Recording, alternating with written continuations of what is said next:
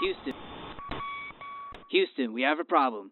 DJ Apollo has landed. I repeat, DJ Apollo has landed. Hear me?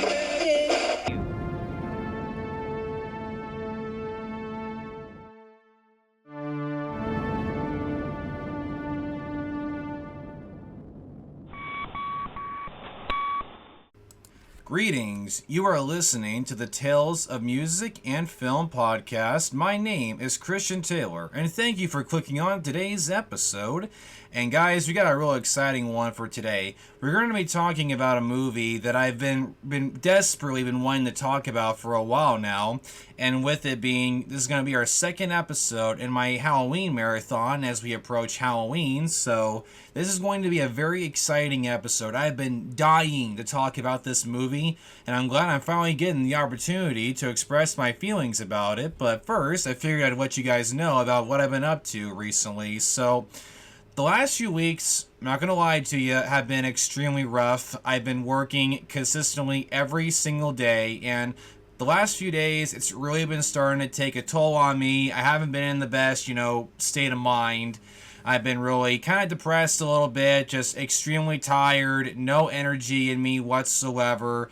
I've had these feelings of like, is all this hard work really going to pay off? I don't get to really go out and I don't get to go to the gym anymore. I don't really get to read anymore. I can't really play guitar anymore. It's just work. So last few weeks, it's been real rough. But today I'm in a way better positive, mindset. Things are going very well. My hard work's paying off. So things are getting better. So I'm always going to look to the bright side no matter what. Sometimes, I get in a bad spot, as do we all, I'm just at a point right now in my life where things aren't really going the way I want them to, but, I'm working hard. I'm trying to make a good amount of money to pay off my student loans and everything, so I'm just going to keep working hard, and I'm just going to keep at it, I'm not going to give up, so yeah, last few weeks, it's been nothing but nonstop work.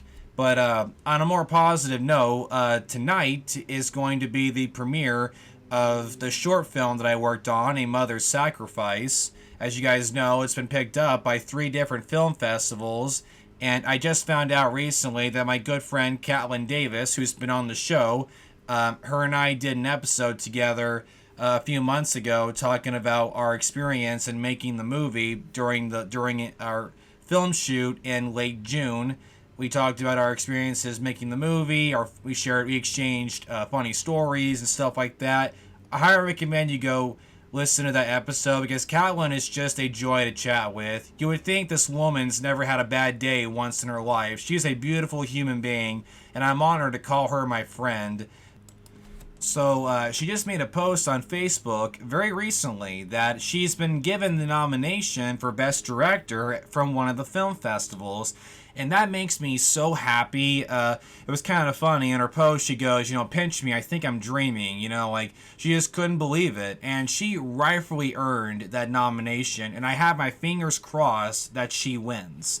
So that is very, very exciting. So I'm very excited for the premiere tonight. I think it's going to be a lot of fun. I think this is going to be quite the event for our small community. It's very cool. There's going to be a lot of people showing up to this thing. So this is definitely going to be a highlight for me for 2024. So it's going to be a great night. I'm looking forward to it. And more positive news is that I'm going to be taking my 2 siblings to go see the new Beetlejuice movie. I'm very late to the party. I'm finally getting, an opening to go see the movie finally, so I'm very excited to go see it. I did last week cover the original Beetlejuice, and you guys can go check out that episode as well. I had a lot of fun with that one. I think you would really enjoy it, So really, that's about the gist of everything I've been up to recently. It's just been getting ready for the film premiere and then just working nonstop. So I'm very happy that I got an opening in my schedule to record another episode for you guys. So let's get to our main topic for today. So what movie am I talking about that I'm super excited to cover? Halloween 3: Season of the Witch. Probably one of the most controversial Halloween films in the entire franchise.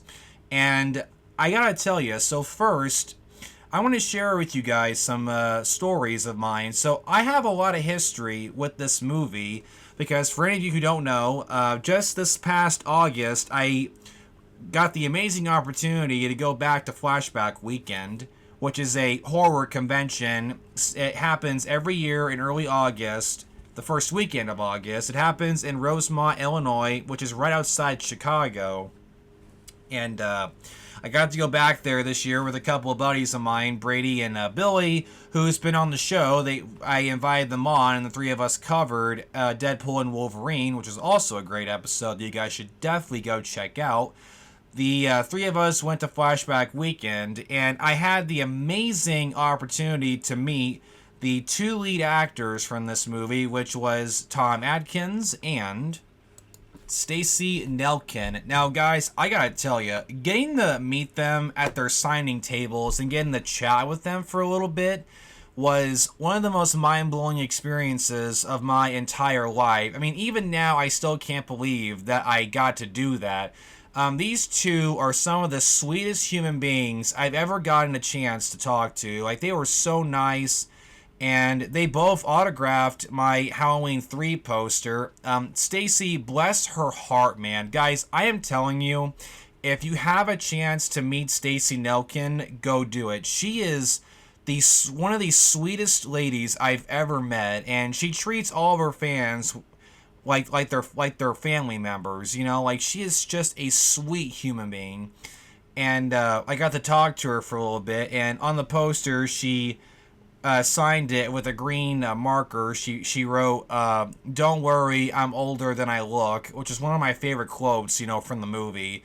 And she wrote that, and I got a picture with her. And Tom Atkins wrote the famous quote, "Stop it," on my poster, which is what he screams at the end of the movie, which we'll get to here in a little bit. But yeah, I got to meet them, and they were just amazing human beings. And, I have that poster on display in my bedroom. It's probably one of my most treasured pieces now, because Halloween 3, I think, is criminally underrated, and I'll get to that here in a minute. And I got to meet Dick Warlock last year. Who you guys don't know, Dick Warlock is an actor and a stuntman.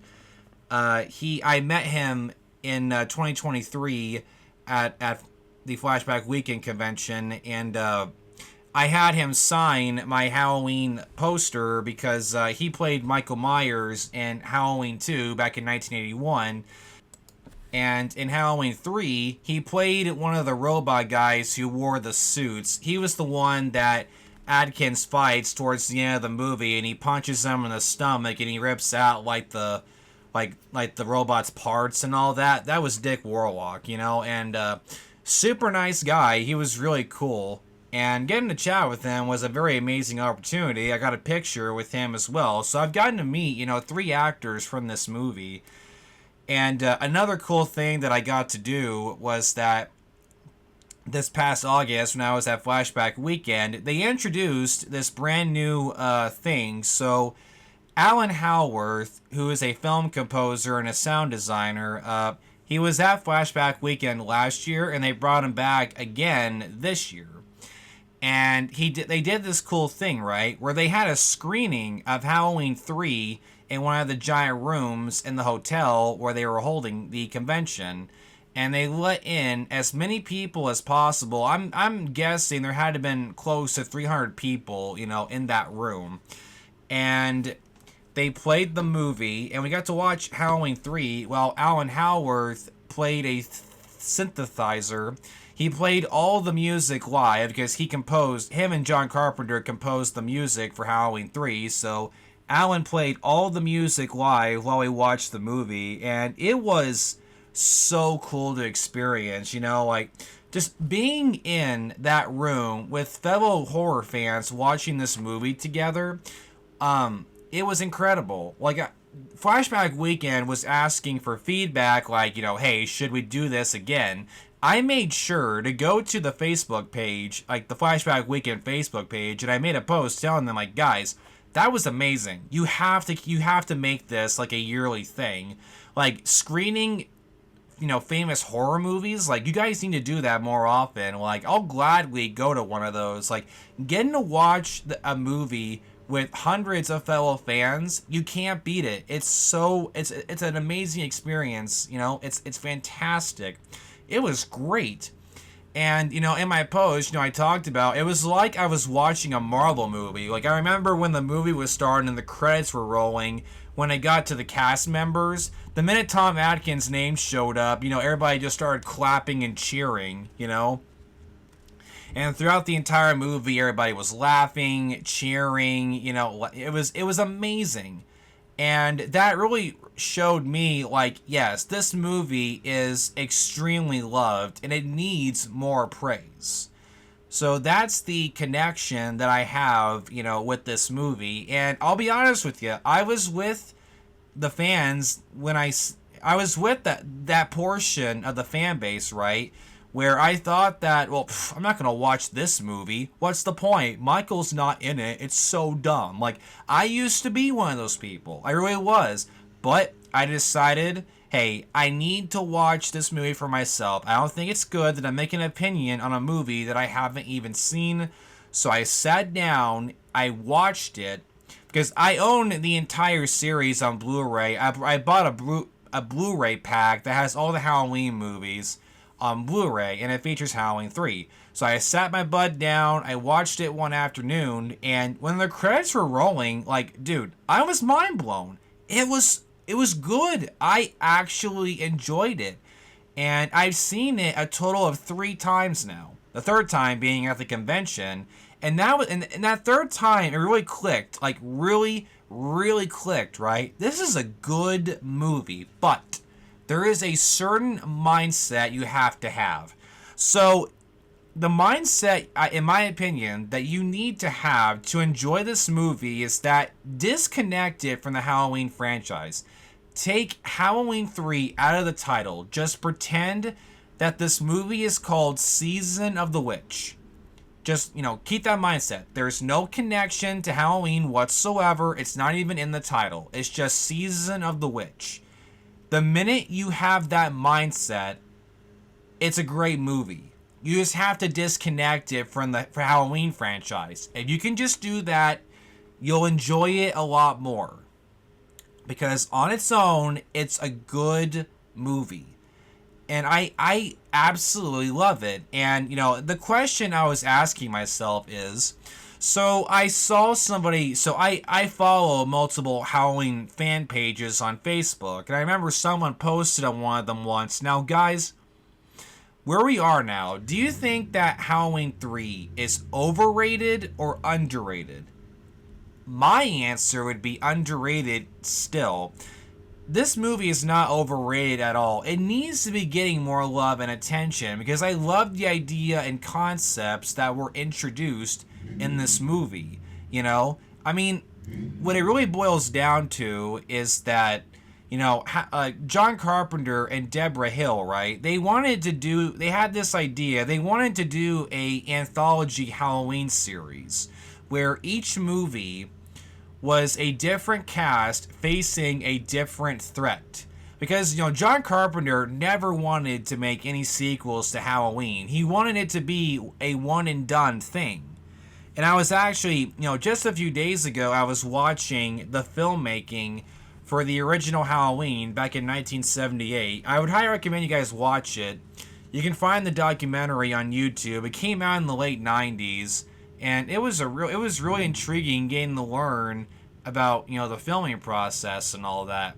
But one of the things that got me was towards the end, John was talking about, how frustrating it was for him to write the script for Halloween 2 because him and Deborah Hill were executive producers on Halloween 2.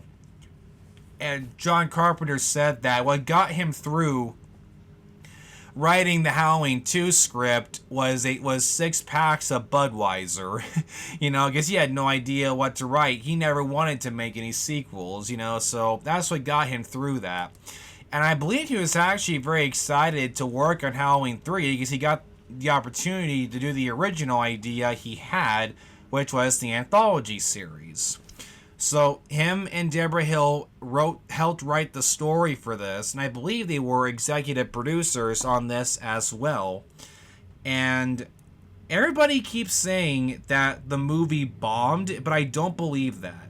Because when you look at the data, right? So I was looking at the data for this movie. So Halloween Season of the Witch, right? Its budget was $4.6 million. In the United States, the movie grossed $14.4 million.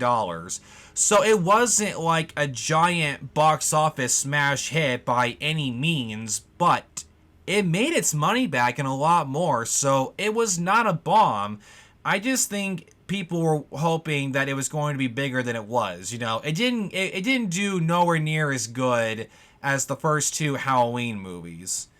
But it made its money back, and I think it left an impact on all of us. I think this movie was in the same situation with John Carpenter's The Thing from 1982, where it just took, like a decade or so for people to realize, hey, this is actually a really good movie. That happens a lot, cult classics, where, it took people a while to realize, okay, this is actually really good.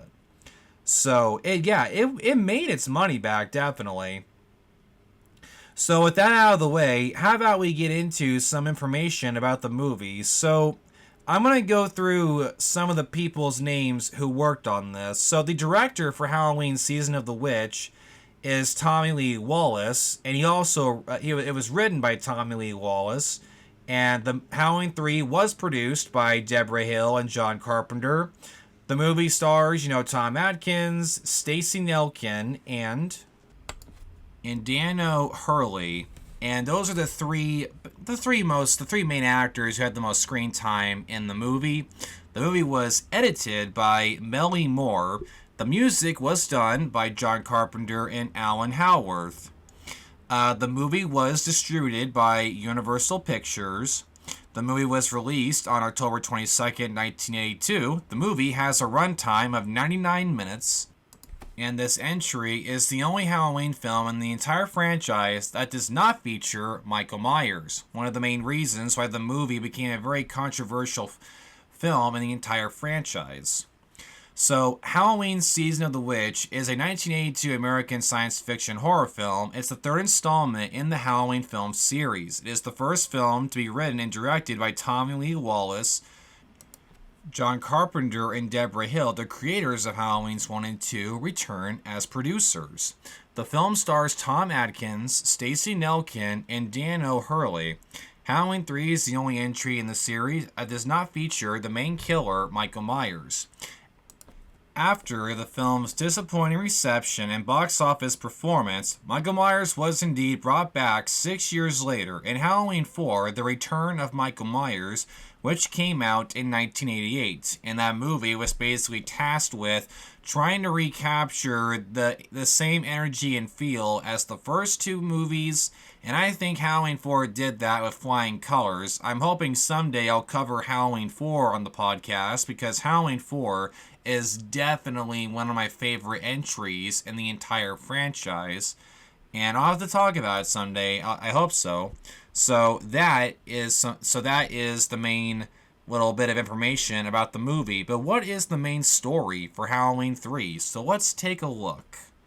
Hospital emergency room Dr. Danielle Dan Chalice and Ellie Grimbridge, the daughter of a murder victim, uncover a terrible plot by small-town mask maker Connell Cochran, a madman who's planning a Halloween mass murder utilizing an ancient Celtic ritual. The ritual involves a boulder stolen from Stonehenge, the use of silver shamrock masks, and a triggering device contained in a television commercial, all designed to kill millions of children. And that is the main premise of Halloween 3 Season of the Witch.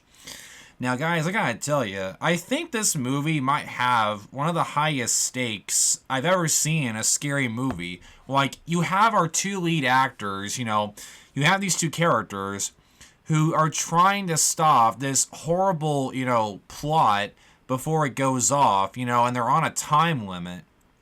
And the further you get into the movie, the higher the stakes really get, because originally our characters, so the movie, okay, I'll give you a little backstory. I don't want to give away too much. So Halloween Season of the Witch opens up with this man running away in the middle of the night, and he hides out in this junkyard, and he's being followed by a car, right? And he manages to escape, and he ends up being taken to a hospital, and the car, there's a guy driving, and he follows, and he finds the guy at the hospital where our main character, Dr. Dan Chalice, who's played by Tom Atkins, is working, and they take the old man into a room where he can sleep, and the guy sneaks into the hospital and kills him by gouging out his eyes. And then the guy just, for some reason, walks back to his car, douses himself in gasoline, and then blows out the car with him inside of it. So, of course, Dan's like, what the heck is going on here? So Dan is a single father. Him and his wife separated, right? And his ex-wife is played by actress Nancy Kyes, who played Annie in the first 2 Halloween movies. And I think it was really cool that they brought her back in this. She only had 1 scene, unfortunately, but it was a really cool cameo because John Carpenter really likes featuring her in his movies. She was also one of the main characters in the film titled The Fog from 1982, I believe, is when it came out. Great movie, by the way. Another classic John Carpenter movie. So Nancy has been featured in several of John's movies, and I think she's a great actress, and it was really cool getting to see her in this. So Dan works at the hospital, right? And you find out very quickly that he really likes to, quote, sleep around with women. Like, there's a few scenes of him being very flirty towards some of the nurses, and they seem to really enjoy it. He's quite the, quote, player, if you know what I mean. It's kind of funny, apparently I didn't know this, but Tom Atkins has this reputation where he plays characters that just gets women left and right. I mean, there was a funny little transition of him in the Fog. He was a main character in that as well, where he picks up Jamie Lee Curtis's character, and then the next time we see them, they're in bed together. It's just every character Tom Atkins plays in a Carpenter film, the guy's a lady killer. It's just he's picking up women left and right, and the same thing happens, in this movie. Because after the whole sequence that I talked about at the hospital happened, he goes to the bar to get a drink, and the guy, the old man who got killed, his daughter walks in. Her name is Ellie Grimbridge, and she's played by Nancy Nelkin. She walks in and sits at the bar with Dan, and she asks him, what happened? What was the last thing my father said to you? So they talk for a while, and, they both want to find out, why did that guy just walk in and kill your father? They're trying to figure out, what's going on. So they manage to find out that Ellie's dad was spending a lot of time at this small town area, so they decide to go on this little trip to that town to figure out, why was he spending so much time there? And when they get to the city, they realize very quickly that there's something very off about the city. Nobody is really around. There's nobody walking around. And there's cameras set up everywhere. And they decide to stay at this small little motel. And they find out that the town has this giant shamrock facility that makes Halloween masks. And over the course of the movie, up until this point, right? So the town that Ellie and Dan left from, you see this commercial that was playing on the TVs all the time and the radio. It was this Silver Shamrock commercial where you had a voice, 3 days till Halloween, Halloween, 3 more days till Halloween, Silver Shamrock, da da da. Like it was counting down the days to Halloween night, and you see the commercial multiple times over the course of the movie.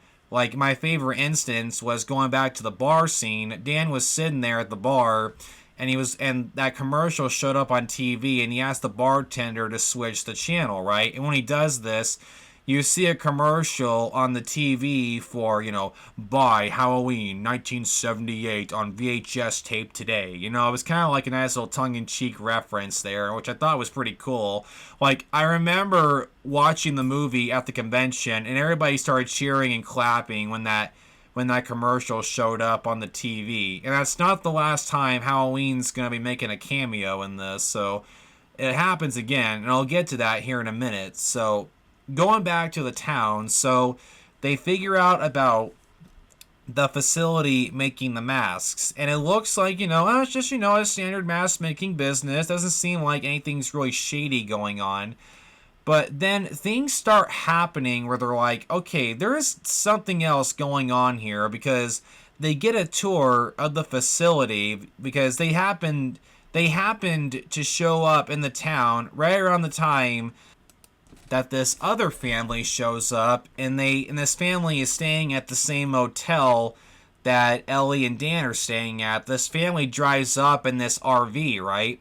And they just happen to mention to them, like, dude, we're here because the guy running that mask facility agreed to let us, get a tour. And Ellie and Dan are like, okay, this is our big opening. We can't waste this. So they follow them to the facility, and then they're allowed to tag along and get a tour of the facility as well.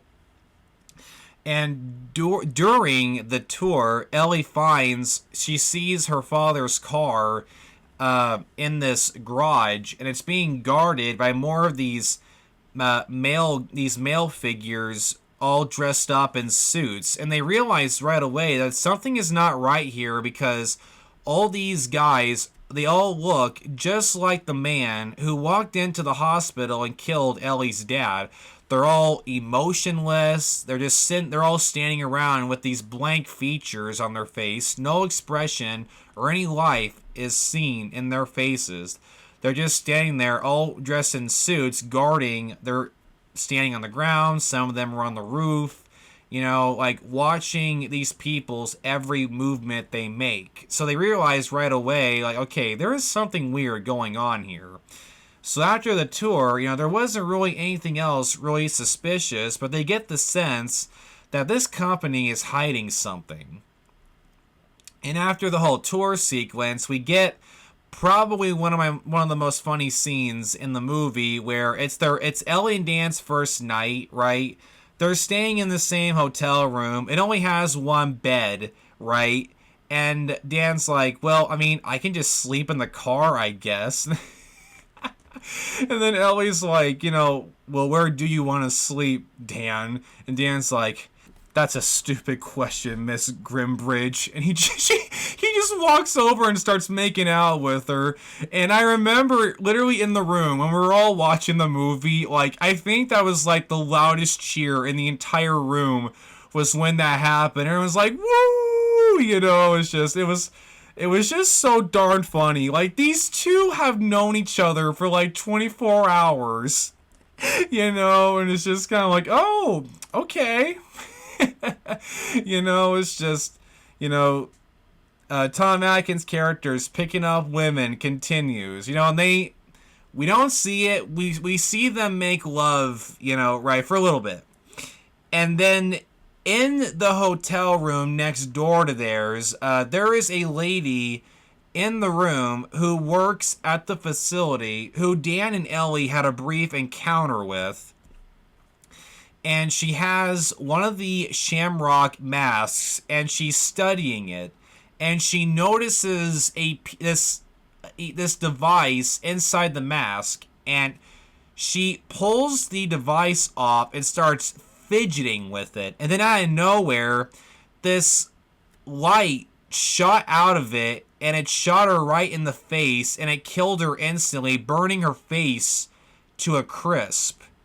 And then, and Ellie and Dan hear it, and then they're just kind of like, oh, whatever, back to lovemaking. Anyway, and then the next morning they wake up and they see an ambulance outside the hotel, and they're carrying out a body. And I think Ellie managed to get one quick look, and it was the girl that they were talking to earlier.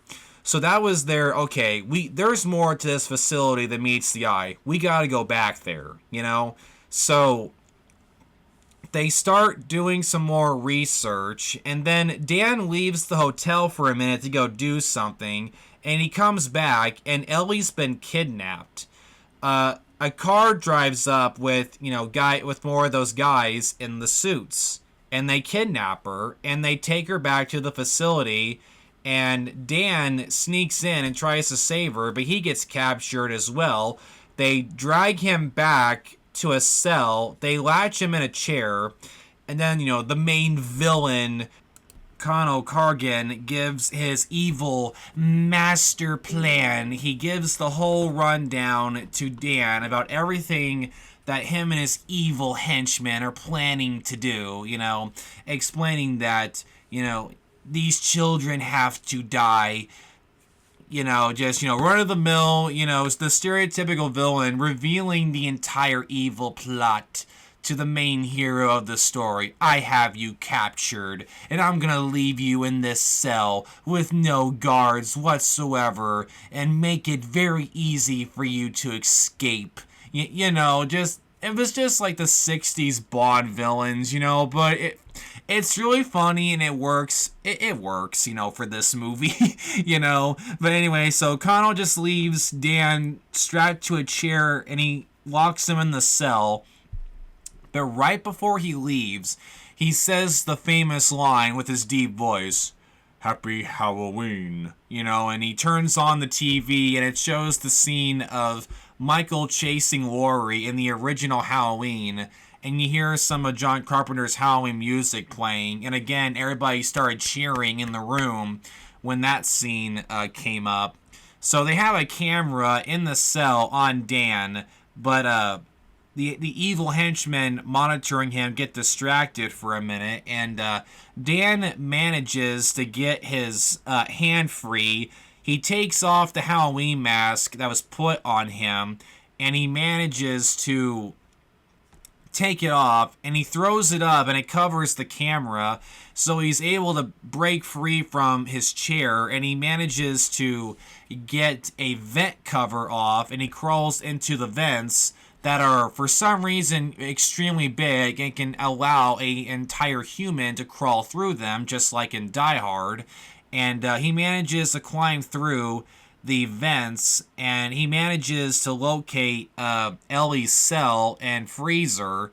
And to backtrack for a second, so you find out the evil plan is that this particular Halloween night, the planets are aligning, right? And it's going to allow this ancient artifact, this stone that this cooperation took from Stonehenge, it's going to allow them to do this evil spiritual spell that is going to activate all the Halloween masks that have been bought by these millions of kids all around the world. And on Halloween night, when the kids turn on the TV to watch the final commercial, it's going to send a broadcast all over the world, and all these masks are going to cause these supernatural things to happen, and it's going to murder all the children. Like, we see a scene while Dan was captured where Connell shows him what these Halloween masks are going to do, and we see the family that I mentioned earlier where they get led into this room, and their son is wearing one of the Halloween masks, and when they start the broadcast, the Halloween mask instantly kills their son, and then millions of bugs start crawling out of his ears, and a snake crawls out, and the parents end up getting killed as well. And it was a very horrific scene, man. I gotta tell you, like, I can't watch. Like, one of the hardest things, like, some things that's extremely hard for me to watch is kids being killed on screen. I can't do it. It's hard. And that scene was pretty horrific, not gonna lie. So, now, fast forwarding. So, Dan is in the vents. He finds Ellie's cell, sets her free. They sneak out, and they find the giant room. So it's Halloween night while this is happening. And the evil villain and his henchmen are getting ready to start the broadcast. And Dan finds a way to stop them from using the artifact. He finds a box filled with the devices that they were placing inside the masks. Him and Ellie manage to take a box full of them. They go to an extremely high point, looking over the entire room, and he dumps the entire box of devices all over the room from this high point. It rains all over the main villain and all of his henchmen, and they all die. And I believe it destroyed the Stonehenge artifact as well. But unfortunately, they had already started the evil broadcast before Dan was able to wipe them all out. So now they're on a time limit. They have, like, I don't know, maybe an hour to figure out how to stop it. So Dan and Ellie manage to get in a car, drive away, and Dan's like trying to talk to Ellie, but she's sitting there all quiet, not saying a word. She has this blank stare on her face, right?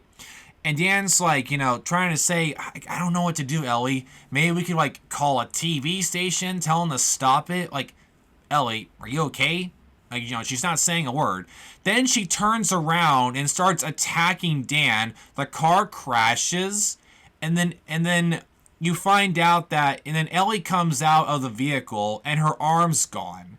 And then she continues to attack Dan, and then Dan, rips her head off, and you find out that Ellie's a robot. But Ellie was not a robot the entire time. I seem to notice that a lot of fans think that Ellie was one of the robot, henchmen the entire time, but that's not true. Ellie was human for a good portion of the movie. It was when they captured her. They took her back to the facility, they killed her, and then turned her into one of the robot machines, because if you pay attention, the robots don't talk. Ellie was acting and talking like a human the entire film. It wasn't until she was captured, taken back, they killed her, and turned her into one of the machines. When Dan rescues her, she doesn't say a word for the rest of the movie. That's when you know that she's a robot. So this movie did something that horror movies don't usually do. They killed off the main lead girl. And when I met Stacy at her table, I was telling her, like, dude, this movie, like, broke one of the rules. You can't kill off the lead girl, and Stacy was telling me, it's like, well, how do you know she's dead? Maybe she's captured somewhere else, Like, Stacy said the movie doesn't really confirm if Ellie's dead or if they took her somewhere else, but they made a clone of her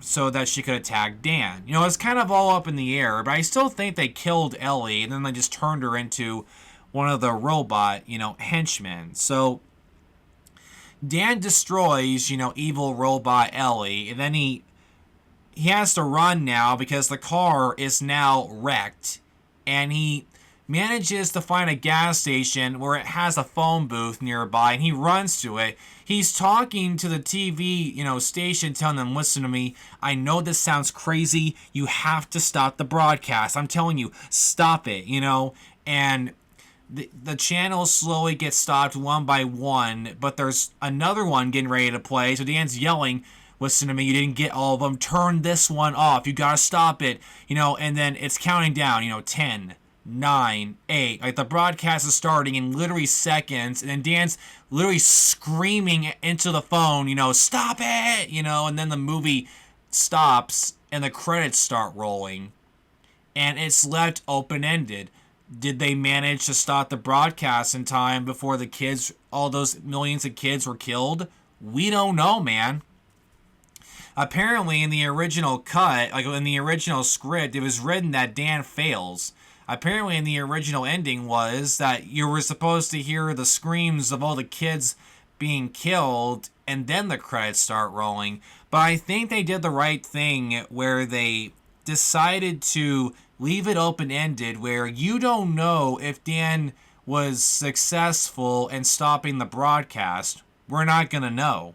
So that was a very, scary and very chilling ending. Like Tom Atkins, final scream saying no, like that, it was very chilling. It's like it was just pure, desperation at that point, and it was a very chilling ending, and it worked extremely well, and that was a very scary ending, and I loved it, man. I love it. It makes the hairs on my arms stand up every time. And I remember being in that room when the credits started rolling at the end of the film. Everybody started cheering and clapping like they just witnessed this giant epic moment in film history. Like it was, the applaud was insane. People love this movie. It's fantastic. And one of the last things I want to talk about here is I have some notes here going into a little bit of detail about how this film came to be. So, as I've stated, the film departs from the slasher genre of the other installments, instead featuring a witchcraft theme with science fiction aspects. John Carpenter and Deborah Hill believed that the Halloween series could have been an anthology series of films that centered around Halloween night, with each sequel containing its own characters, setting, and storyline. Director Wallace stated there were many ideas for Halloween-themed films, some of which could have potentially created any number of their own sequels, and that Season of the Witch was meant to be the first. As with the series' other films, suspense and tension are key themes, exploring violence against young children. On a budget of $4.6 million, Halloween 3 made a profit by grossing $14.4 million at the box office in the United States, but it was also the poorest performing film in the Halloween series at the time. Most critics gave the film negative reviews, though Revelation in later years has given Halloween 3 its own reputation as a standalone cult film.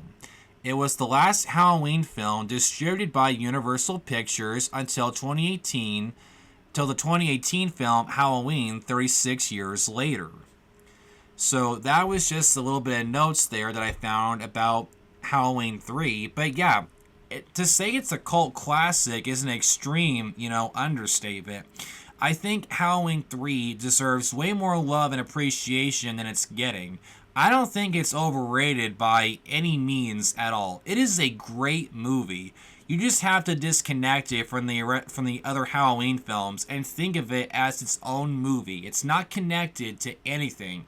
It's its own standalone film that has, in my opinion, one of the highest stakes in a horror movie, and it does a lot of things that a lot of scary films don't do anymore, where it really takes risks and kind of like breaks the rules on what the story allows in a horror movie, So that's going to wrap up my covering of Halloween 3's Season of the Witch, a beautiful cult classic that I highly recommend you guys all check out. We are approaching October, and Halloween Eve is in full effect, so if any of you are planning on doing any Halloween movie marathons with friends or loved ones, I highly recommend that you put Season of the Witch on your marathon list. It's a great movie. You'll be on the edge of your seat throughout the entire screen time. Trust me, it's a good movie. So I hope you guys learned some cool stuff about this movie. I hope you enjoyed my covering of it. I love this movie to death, and I loved getting the opportunity to share my personal stories with you about my connections to Halloween 3. I love this movie, and I'm planning on rewatching it again real soon.